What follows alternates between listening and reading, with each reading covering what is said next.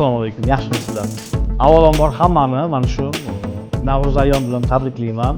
Imkoniyat berganingizga, domla sizga rahmat, direktorga rahmat kelib, biz nimanidir reklama qilgani kelmadik. E'tirof uchun keldik. Umuman olganda bitta o'quvchimiz bizda 3-4 oy, balki 5 oy o'qigandir. O'qib B2 sertifikatini qo'lga kiritdi. Hozir B1 sertifikati ham o'tadi, lekin uni foizi sal pastroq.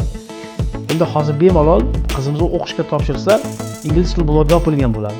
Shu qizimizni tabriklagani keldik. Chunki deganda ilmda mehnati juda og'ir bo'ladi. Hamma ham ilmli odam bo'lish qiyin masala. Mana hozir o'qituvchilaringizga qarang, necha yillar mashaqqat chekkan, o'qishga kirgan, o'qigan, o'rgangan, mana hozir sizlarga ta'lim berib boryapti. Shuning uchun qizimizga, ota-onasiga, imkoniyat yaratib bergan maktabiga tashakkur aytgani keldik va shu sinf rahbariga shuni berib qo'yamiz. Bu tashakkurnomasi. Qizimiz sertifikati o'zlarida bor, bemalol ko'rib olaveradi. Qizim kim? Senga kattadan katta rahmat. Mana o'qib, bularga ham nima desam ekan, har bir kishiga bu motivatsiya deymizmi yoki aytaylik bir yo'nalish deymizmi, o'qib o'rgansangiz sekin-sekinlik bilan olib boraverasiz. Kattadan katta rahmat. O'quvchilarimizga arzimagan kichkina esdalik sovg'amiz bor. Xo'p.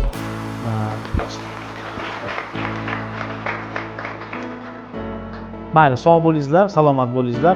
Ustozjon, sizga kattadan katta rahmat. Mayli, sog' bo'ling.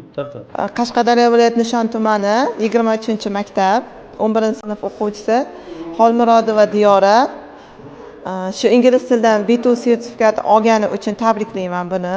Mana shu tengdoshlar orasida ham xulq-atvori, namunali xulq-atvorga ega, keyingi ishlariga ham buni omad tilayman. Ya'ni ilohim shu o'qishlarga kirib, yuzlari yorug' bo'lib kelsin. Biz shuni o'qishga kirgandan xursand bo'lib yuraylik eshitib. Bugungi kun mening hayotimda eng quvonchli kunlardan biri bo'lib qoldi.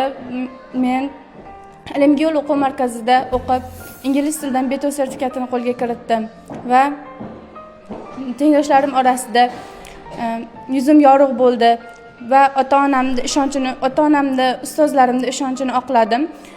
Bundan da yuqori natijalarga erishishda davom etmoqdaman.